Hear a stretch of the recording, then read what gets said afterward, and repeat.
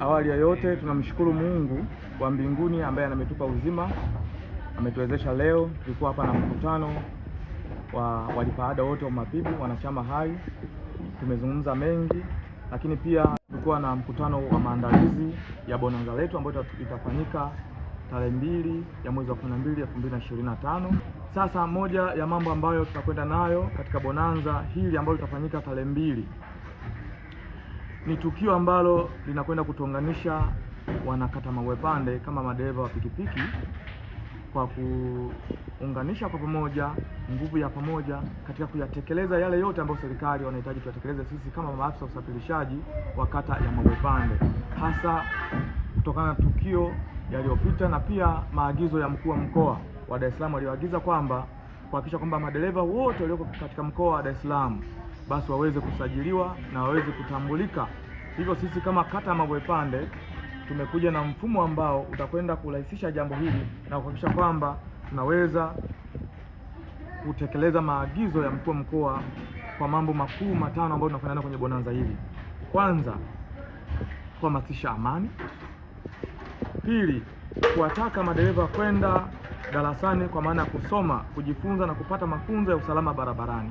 Hii itamsaidia dereva kupata cheti na leseni, ambao kwa maagizo ya mkuu wa mkoa anataka kila madereva walioko katika mkoa wa Dar es Salaam wamiliki leseni, wawe na leseni ili waweze kupata vibali maalum vya kufanya kazi katika mkoa wa Dar es Salaam. Jambo la tatu ambalo tunakwenda nalo kwenye bonanza hii, tutatambua na kuvitambulisha vituo rasmi vya pikipiki katika kata yetu ya Mabwepande. Ni moja ya agizo la mkuu wa mkoa kwamba vituo vyote vipitiwe upya, viratibiwe, vitambulike, na sisi kama kata tumejipanga kuhakikisha kwamba vituo vyote tunavitambua na kuvitambulisha siku hiyo mbele ya viongozi wa serikali ya kata na viongozi wengine ambao tutawaalika katika tukio hilo. Jambo la 4, kuhamasisha madereva wote wa pikipiki katika kata yetu ya Mabwepande kujisajili katika vituo rasmi ambavyo tutavitambulisha siku hiyo.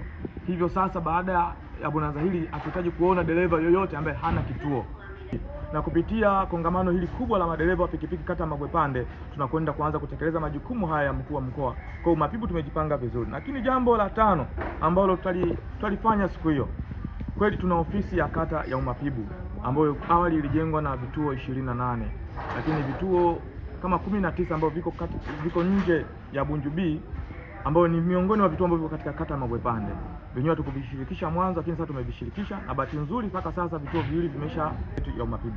Rai yangu sasa kwamba ninawataka viongozi wote wa vituo ambao nitakutana nao siku ya Alhamisi tarehe 13, tutakuwa na afisa kata, ila pia niwatake madereva wote wataposikia video hii na kusikia maneno haya kwamba tarehe 2 mwezi wa 12 wahakikishe kwamba wanakuja wote katika eneo lile la tukio, ambao hafla hii na kongamano hili litafanyika katika viwanja vya Mbuyuni Mabwepande, jirani na kituo cha polisi, kuhakikisha kwamba wanafika